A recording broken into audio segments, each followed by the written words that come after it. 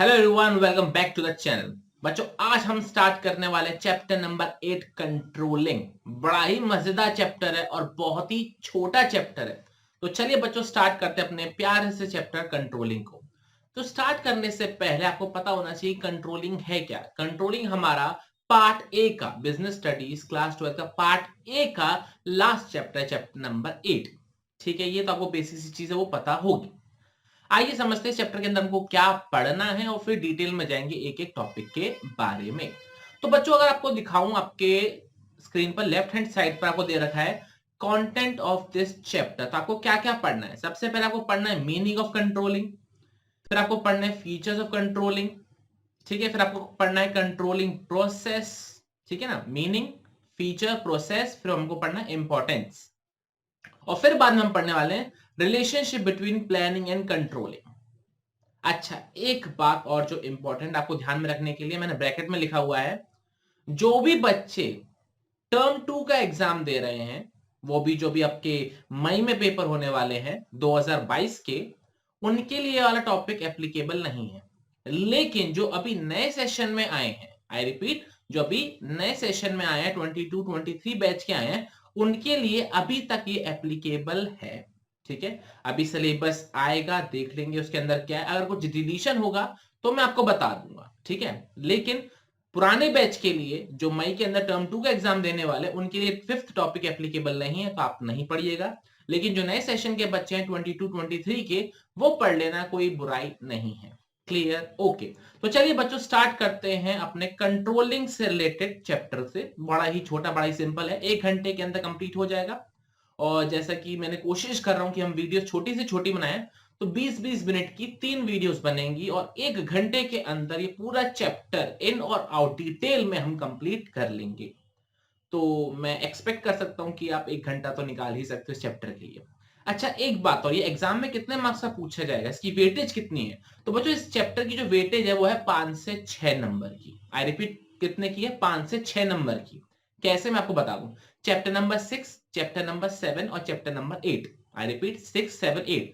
Staffing, directing और controlling, ये 3 chapter मिलाकर 20 मार्क के पूछे जाते हैं। ठीक है ना? आई रिपीट, ये 3 chapter staffing, directing, controlling, 6, 7, 8 20 mark के पूछे जाते हैं। तो इस चैप्टर का वेटेज नॉर्मली जो देखा गया वो है 5 से 6 मार्क्स। तो छोटा सा चैप्टर है, 5 से 6 मार्क्स के लिए बड़ा ही इंटरेस्टिंग है, बड़ा ही सिंपल चैप्टर है।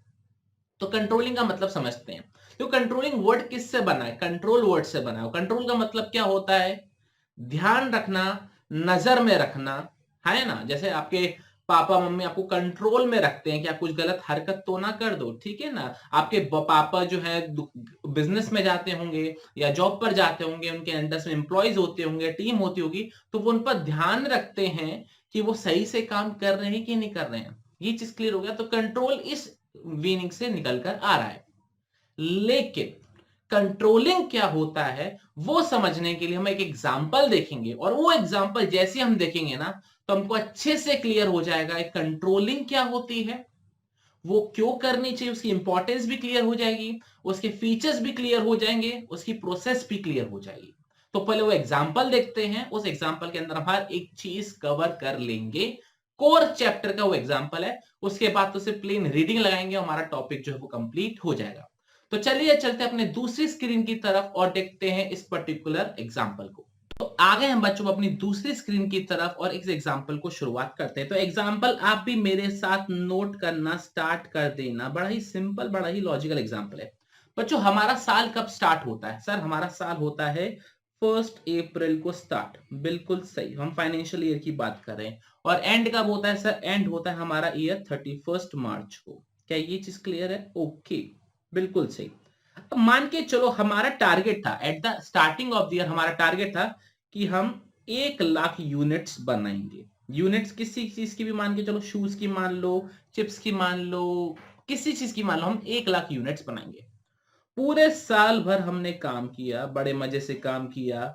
लॉकडाउन भी लगा, छुट्टियां भी हुई, बारिशें भी हुई, लड़ाइयां भी हुई, सब कुछ हुआ और पूरा साल खत्म हो गया। और साल खत्म होने के बाद हमने जब एक्चुअल में देखा कि कितने जूते बने या कितनी यूनिट्स बनी, तो हमको पता चला कि हमारा जो एक्चुअल प्रोडक्शन था वो कितना था? 95,000 यूनिट्स था। ये चीज क्लियर हो गया? ओके। 1 लाख सोचा था at the starting of the year, और at the end of the year जब हमने मेजर किया कि एक्चुअल में काम कितना हुआ, तो पता चला कि 95,000 यूनिट्स बनी है। ओके, फिर जो हमारे अकाउंटेंट साहब थे या फिर जो हमारे मैनेजर साहब थे, उन्होंने बोला स्टैंडर्ड क्या था, हमने अपना टारगेट क्या सेट किया था, आई रिपीट स्टैंडर्ड क्या था, हमारा टारगेट क्या था। उन्होंने बोला सर 1 लाख आपने बोला था बनाने के लिए, एक्चुअल में कितना बनाया आपने? सर एक्चुअल में हमने बनाया 95,000 यूनिट्स। कुछ डिफरेंस आ रहा है? उन्होंने बोला सर हाँ डिफरेंस तो आ रहा है। कितना डिफरेंस आ रहा है? सर डिफरेंस आ रहा है 5,000 यूनिट्स का। ओ माय गॉड, 5,000 यूनिट कम बनी है। सोचने वाली बात है, बिल्कुल सही सोचने वाली बात है। तो मैं जो हमारे बॉस थे, उन्होंने मैनेजर साहब को बोला कि ये 5,000 का जो डिफरेंस आया है, ये क्यों आया है? ठीक है ना, हिंदी में लिखें तो ये क्यों आया है, इसके पीछे कारण क्या है, what is the reason behind it कि our target fall short of 5,000 units, it's a huge number. तो उन्होंने बोला कि सर पता मैं लगाता हूं, पता लगाता हूं। तो उन्होंने जब पता लगाया तो काफी सारे कारण थे, तो उनको पता लगा। पहला उनको क्या पता लगा कि सर हमारे जो रॉ मटेरियल के जो प्राइसेस थे वो इंक्रीज हो गए थे। ओके, दूसरा सर हमारे साल भर में स्ट्राइक हुई थी। स्ट्राइक का मतलब क्या, एम्प्लॉय ने काम करने से मना कर दिया था। ओके, तीसरा सर इस बार लॉकडाउन लगा था, मिनी लॉकडाउन लगा था, वीकेंड लॉकडाउन लगा था, तो इस चक्कर में कुछ दिन काम नहीं हुआ था। Okay, fourth sir electricity issue हुआ था, बार बार लाइट जाती थी, तो कभी कभार मशीन खराब हो जाती थी, तो फिर ठीक कराने में उसे टाइम लगता था। ओके सर, जो डिपार्टमेंट्स थे आपस में प्रॉपरली कोऑर्डिनेट करके काम नहीं करते थे, तो डिपार्टमेंट्स के बीच में कुछ प्रॉब्लम भी थी। ओके, सिक्स कभी कभार सर लड़ाई वगैरह हो गई थी, फाइट वगैरह हो गई थी दो चार एम्प्लॉयज के बीच में, तो 1-2 घंटे काम वहां अटका। ओके सर, हम पोस्टेज वगैरह करवाते हैं, ठीक है, हम कोरियर वगैरह करवाते हैं, तो उसके खर्चे बढ़ गए थे, तो उस वजह से हमारे बजट में थोड़ा सा इशू आ गया था। तो सर ये कुछ कारण थे जिस वजह से हम अपना टारगेट जो था 1 लाख यूनिट का, वो हम अचीव नहीं कर पाए।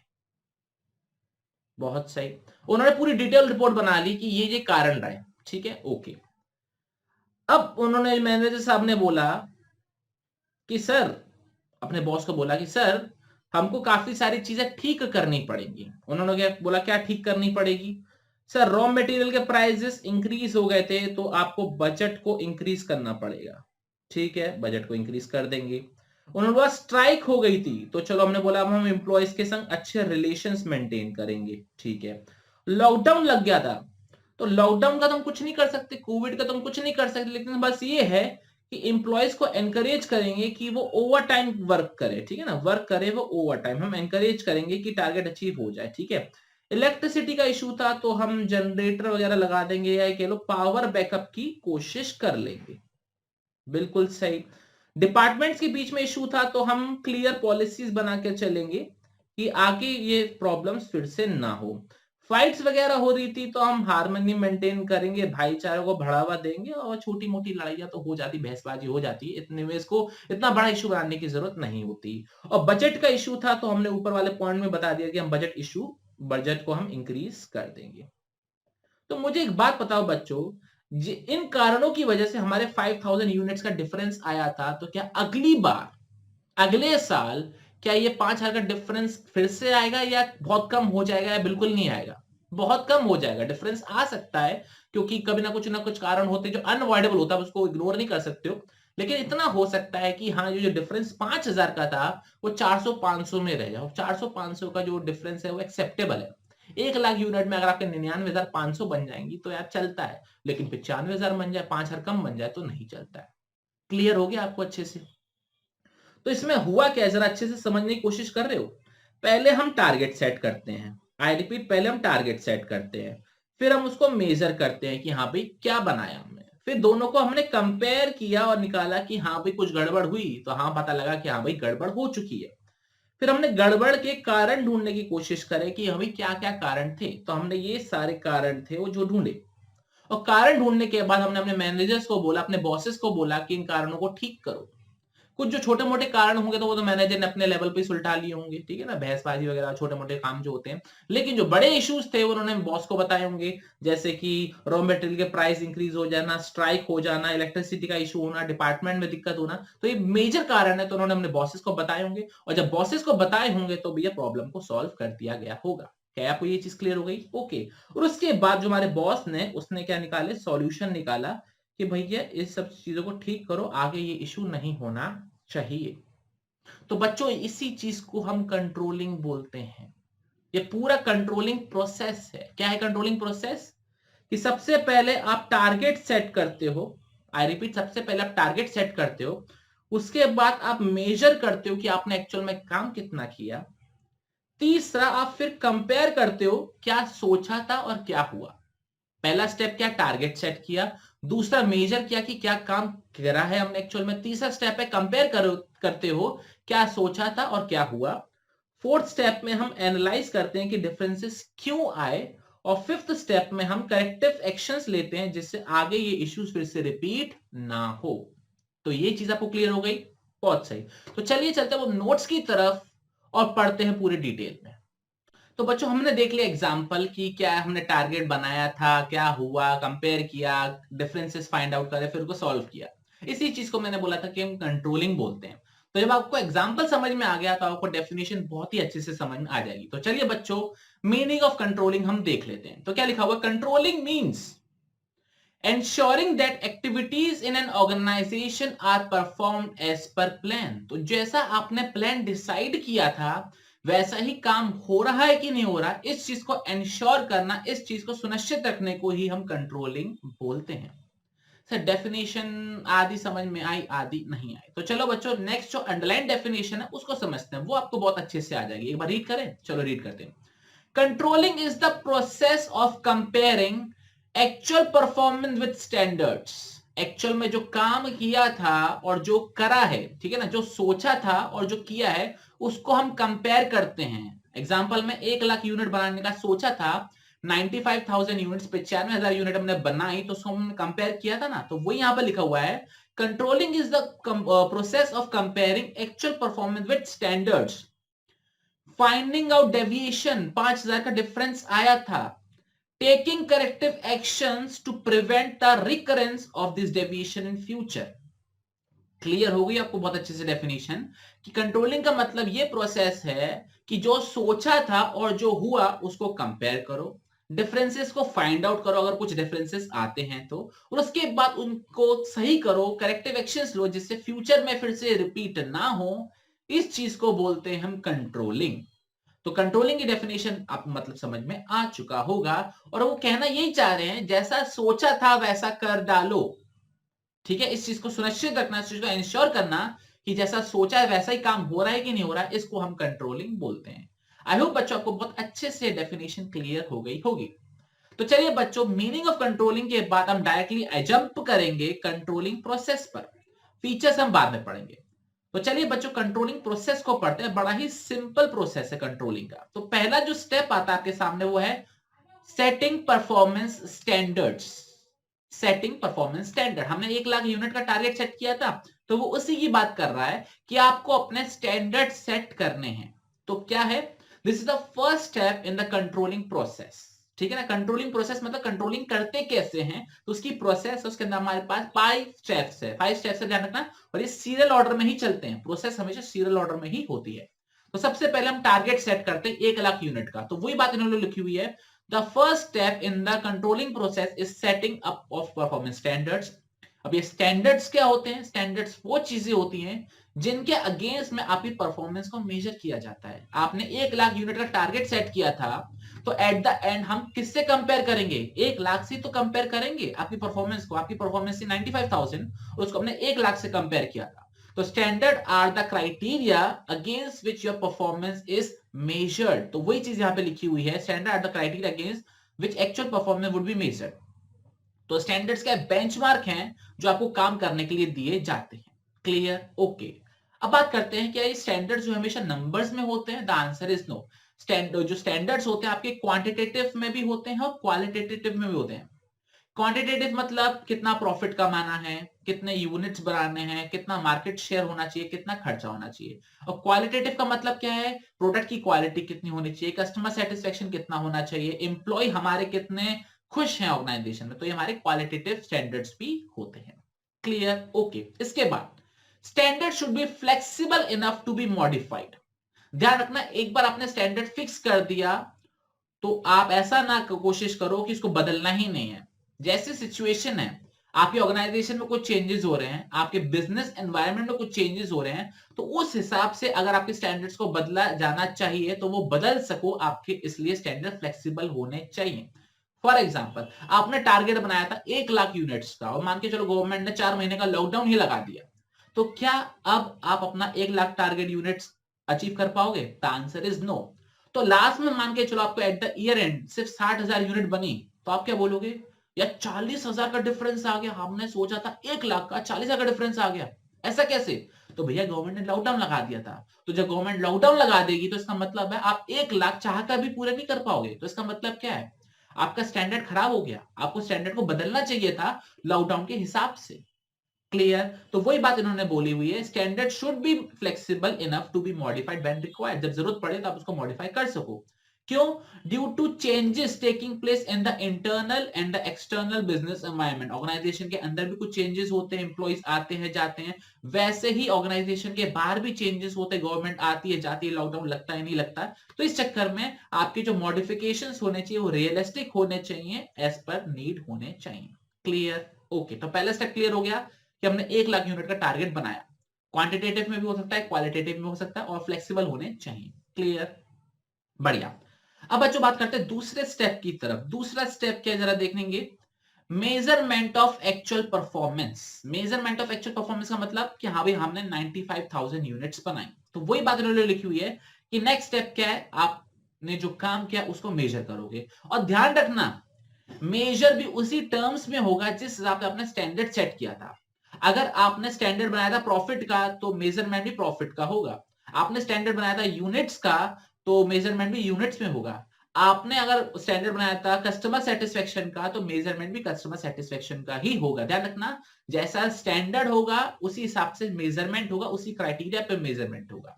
क्लियर? तभी तो आप कंपैरिजन कर पाओगे अच्छे से। समझ में आ रहा है? तो वही चीज इन्होंने यहां पे लिखी हुई है, performance should be measured in objective and reliable manner. Performance should be measured in the same units in which standards are set, so that this would make the comparison easier. तो जैसे आपने स्टैंडर्ड सेट किया उसी pattern पर उसी हिसाब से आपको आपके परफॉर्मेंस को मेजर करना चाहिए, जिससे आप बाद में कंपेयर कर पाओगे। ठीक है? और मेजर करने के बहुत सारे तरीके हो सकते हैं, परफॉर्मेंस मेजर करने के तरीके बहुत सारे हो सकते हैं। उन्होंने एग्जांपल दे रखे हैं, personal observation, sample checking, performance report. ध्यान रखना, ये 3 वर्ड ध्यान रखना, क्योंकि केस स्टडी में क्या होता है, तीनों वर्ड में से कुछ दे देंगे और आपसे बोलेंगे बताओ कंट्रोलिंग का कौन सा स्टेप चल रहा है। तो जहां पे भी आप ये personal observation, sample checking, performance report देख लो तो आपको समझ जाना चाहिए कि यहाँ पर किसकी बात हो रही है, मेजरमेंट ऑफ एक्चुअल परफॉर्मेंस की बात हो रही है। क्लियर? बहुत सही। आगे बढ़ते हैं, आगे क्या दे रखा है, it is generally believed that the management should done measurement should be done after the task is completed. However, wherever possible, measurement of work should be done during the performance. तो ये बोल रहे हैं कि मेजरमेंट नॉर्मली कब होता है, जब काम हो जाता है उसके बाद देखते हैं कि हाँ भाई ठीक ठाक हुआ कि नहीं हुआ। लेकिन जहां तक कोशिश हो पाए, जहां पॉसिबल हो पाए, तो काम के दौरान ही आप अपने परफॉर्मेंस को मेजर कर लो, जिससे आपको बाद में जाके ब्लंडर मिस्टेक ना मिले। आप छोटे छोटे इंप्रूवमेंट स्टार्टिंग में कर लो तो आपके गोल्स अचीव हो जाए। क्लियर? तो वही चीज है कि बोर्ड के बाद, बोर्ड के रिजल्ट आने के बाद अगर आप परफॉर्मेंस को इवेल्युएट करोगे तो कोई फायदे का नहीं है ना, कोई द्वारा बोर्ड थोड़ी ना देना है। तो आप टेस्ट लो, आप प्री बोर्ड्स लो, तो उससे आपको पता लग जाएगा कि आपकी कहां गलतियां होनी, जिससे आप सुधार लोगे। तो उसको बोलते हैं during the process, during the work आपकी परफॉर्मेंस को इवेल्युएट करना। लेकिन बोर्ड एग्जाम खत्म होने के बाद आपको चेक करा जाए कि आपने कैसा परफॉर्म किया, तो वो आगे किसी यूज का नहीं रहेगा। तो वही चीज उन्होंने यहां पर बोली है कि wherever possible work should be measured during the performance. Clear? बहुत बढ़िया। थर्ड स्टेप, 1 लाख यूनिट को 95,000 यूनिट्स हमने कंपेयर किया था, तो थर्ड स्टेप भी वही है, comparing of actual performance with standards. तो जहां पर हम कंपेयर करते हैं और एक्चुअल में फाइंड आउट करते हैं कि कोई डिफरेंस आया कि नहीं आया, तो वही चीज लिखा हुआ है, such comparison will reveal the deviation, deviation मतलब होता है difference with actual and standard results. ठीक है, क्लियर, ओके। और उन्होंने बोला कि कंपैरिजन करना कब इजी हो जाता है, जब आपने क्वांटिटी में आपने वो जो स्टैंडर्ड है वो सेट करे, क्वालिटी में करा है तो परफॉर्मेंस को इवैल्यूएट करने में थोड़ी सी मुश्किल हो जाती है। Clear, okay. चलिए बच्चों अब चलते अपने फोर्थ स्टेप की तरफ, और फोर्थ स्टेप क्या है हमारा, एनालाइजिंग डेविएशन। जैसे हमने एग्जांपल में देखा था कि पहले स्टेप में हमने 1 लाख टारगेट का यूनिट बनाया, सेटिंग परफॉर्मेंस स्टैंडर्ड्स, फिर हमने 95,000 यूनिट बनाई, हमको पता लगा measurement of actual performance. Third step हमने कंपेयर किया था, 1 लाख सोचा, 95 बनाया, 5,000 का डिफरेंस, तो होता कंपैरिजन।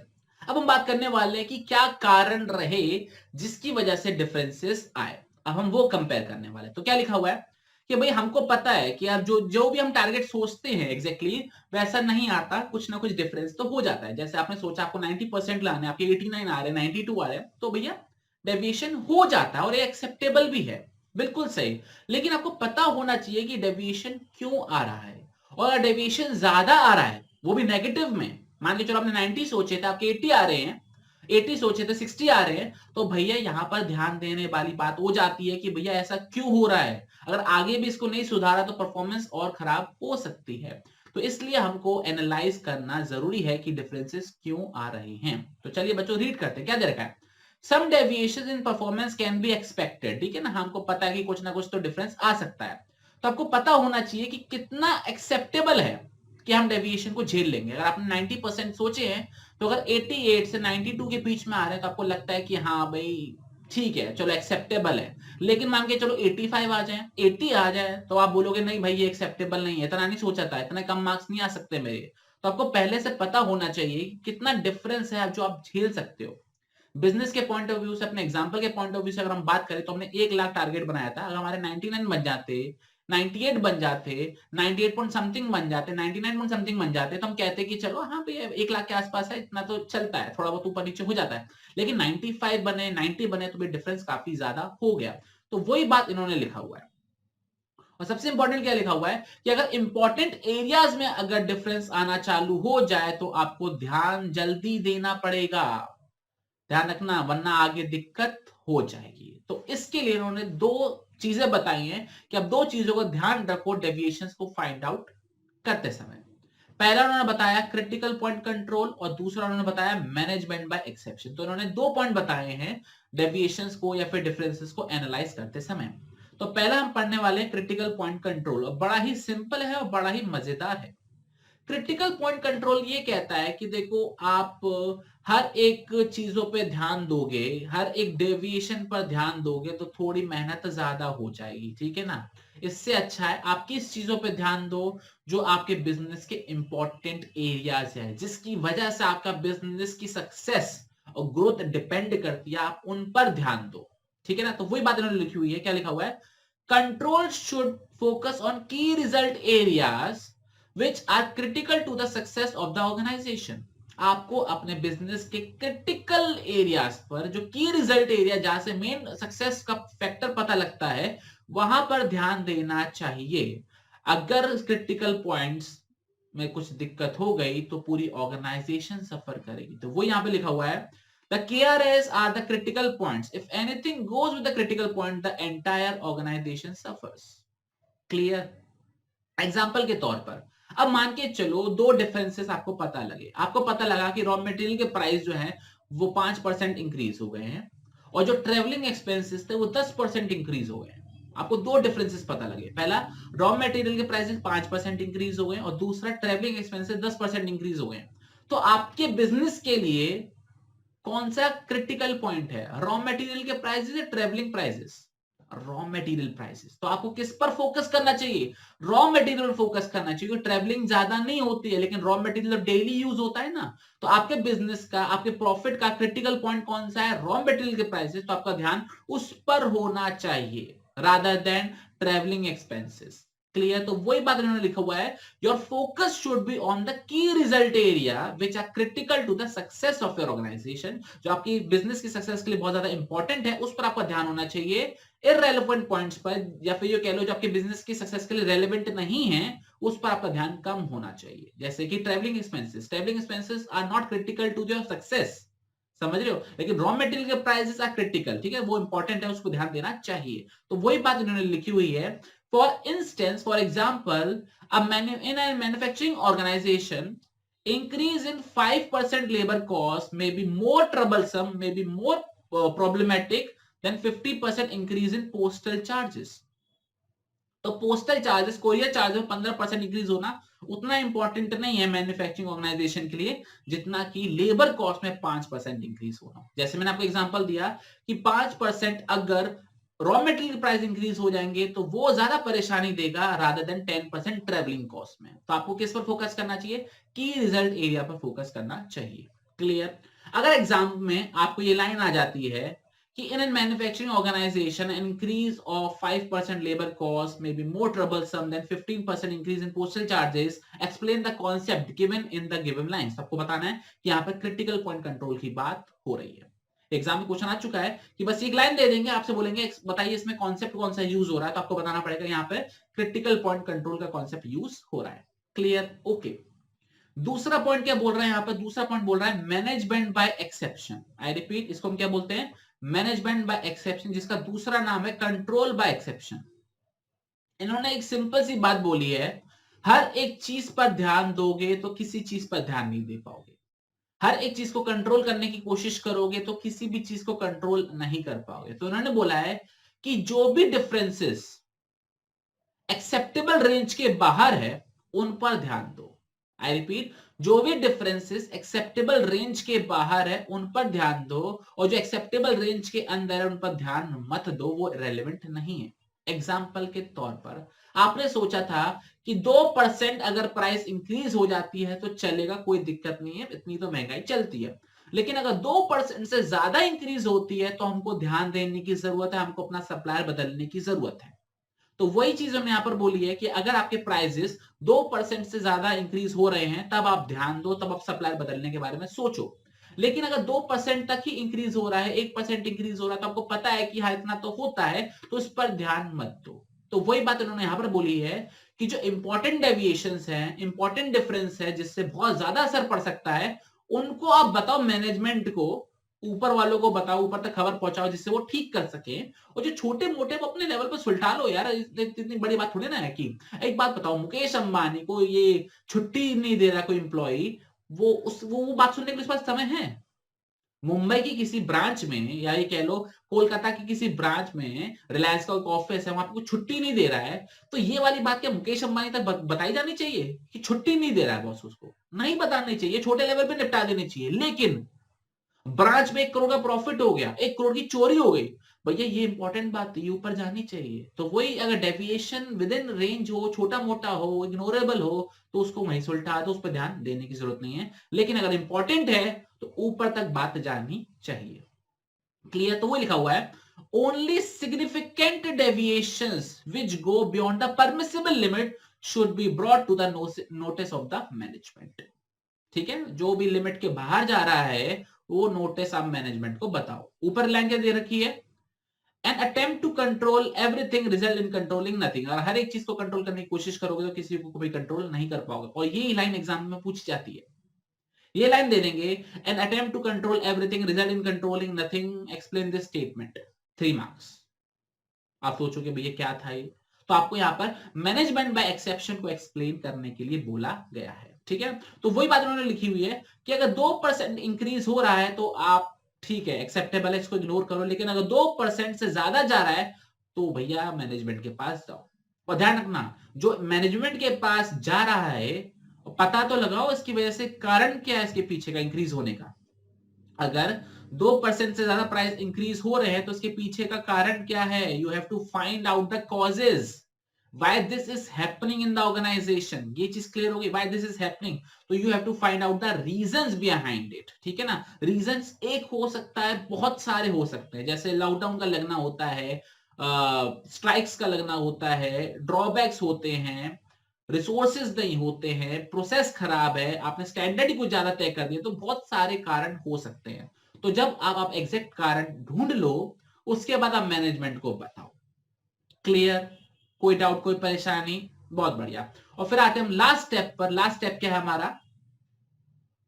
Taking corrective actions. तो जो भी छोटे मोटे करेक्शंस हैं, या जो भी छोटे मोटे डेविएशंस हैं जो रेंज के अंदर हैं, उनके लिए कोई अलग से बड़ा स्टेप उठाने की जरूरत नहीं है, कोई करेक्टिव एक्शन लेने की जरूरत नहीं है।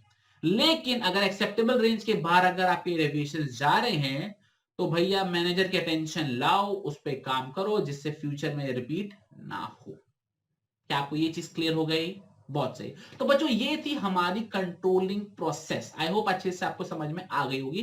पहला स्टेप क्या था? आपको परफॉर्मेंस स्टैंडर्ड सेट करना है। ये क्वांटिटेटिव भी हो सकता है, क्वालिटेटिव भी हो सकता है, इसको फ्लेक्सिबल बनाने की कोशिश कीजिए।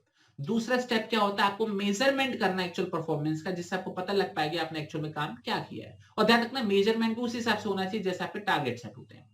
थर्ड स्टेप के कंपेयर करो, जैसा सोचा था और कैसा हुआ, उसमें कंपेयर करो, डिफरेंसेस को फाइंड आउट करो, आपको पता लग जाएगा कि आप कितने पानी में हो। यहां तक आपको बात क्लियर हो गई? बहुत सही। फोर्थ स्टेप क्या था? Analysing deviation. You have to find out the differences, why these are, you have to find out the difference and you have to find out the causes of the difference, कि भी ऐसा क्यों हो रहा है। उसके लिए हमने दो चीजें देखी। पहला था क्रिटिकल पॉइंट कंट्रोल, दूसरा था मैनेजमेंट बाय एक्सेप्शन।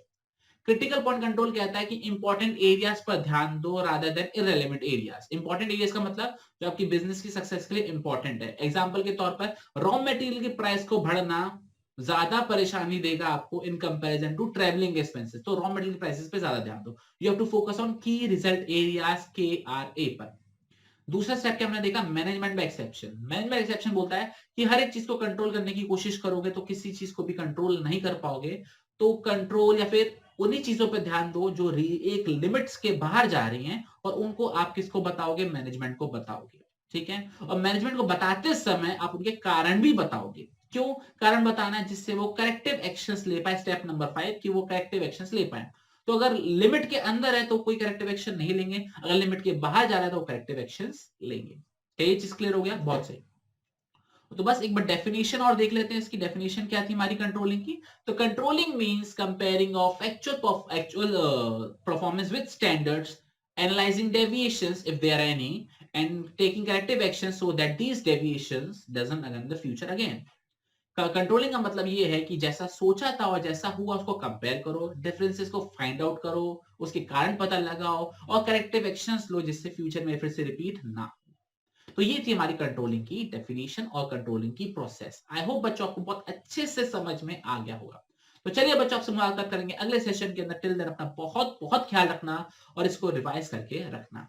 जय हिंद, जय भारत, बाय बाय।